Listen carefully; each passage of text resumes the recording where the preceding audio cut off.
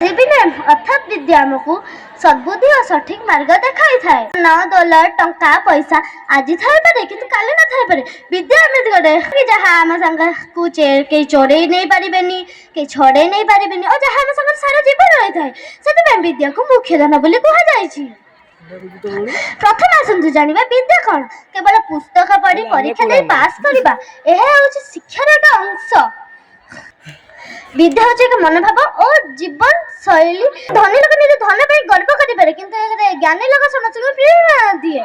मानव को बड़ करि पारे नाही किंतु विद्या मानव को बड़ करि थाए। आमे इतिहास देखिछु अनेक महापुरुष निज निज पाथक धन नथिबा सत्ते निज विद्या शक्ति रे आम दुनिया को आलोकमय करछन। जेमिति महात्मा गांधी, उत्कल गौरव मधुसूदन दास और अनेक तांकर सम्मान धन नुहे बरं विद्या रे। धन बांटिले कमी जाए किंतु विद्या बांटिले यह बढ़ी थाए। शिक्षक निज ज्ञान को शताधिक छात्र मन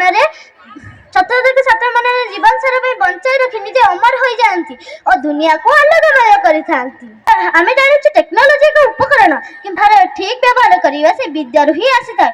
मोबाइल, कंप्यूटर, इंटरनेट एहा हम विद्या को बढ़ाई पारे किंतु सठिक व्यवहार करिवा से विद्या ही आसी थाए। आम छात्र छात्री मैंने यही कथा को विशेष ध्यान रखा कथा। कठिन परिश्रम और पर को सम्मान यह विद्यार एक परिचय। शेष में मुझे कहना चाहूँगी कि आम प्रतिदिन किसी ना कि शिखी था से विद्या हूँ एक प्रभावमयी गंगा। आम जिते भी गभीर को जीवु सेते आलोक और सेते शांति आमको मिली थाए। आसतु आम शपथ करवा आमर जीवन मुख्य धन होउछि विद्या। ताहाकु सुरक्षित रखिबा और समस्त संगे बांटिबा। धन्यवाद। जय जगन्नाथ।